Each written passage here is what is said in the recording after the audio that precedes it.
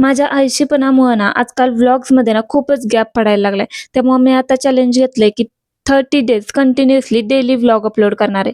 Hello, मी स्वप्नाली. तर काल होता सॅटर्डे आणि व्लॉगची सुरुवात होते वीकेंडच्या कामापासून. नाश्ता स्किप करून मी डायरेक्ट जेवण बनवायला घेतलं, कारण दुपार तर झालीच होती. नंतर 4ला मी चालले होते बाहेर. आवरून तयार झाली, पण जॅकेटमधून मला एवढं गरम व्हायला लागलं की मी ड्रेसच चेंज केला नंतर. आधी हिंजवडीमध्ये जायचं होतं मला आणि तिथून मग चिंचवडला आणि मी गावावरून माघारी येईपर्यंत बसचे तिकीट एवढे कसे काय वाढले राव.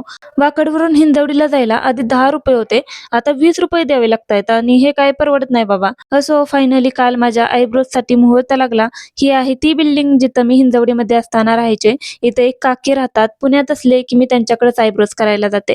त्यानंतर मी आणि माझी एक फ्रेंड आम्ही तिथून निघालो होतो चिंचवडला मोरया गोसावी मंदिरात. जाताना आम्हाला आमचा एक फ्रेंड पण अचानकच भेटला. मग आम्ही तिघं पण सोबतच गेलो आणि हे जे माझे मागून घेतलेले व्हिडिओ दिसतायत ना, ते सगळे त्यानेच घेतले, ते पण न सांगता. अजून काय पाहिजे.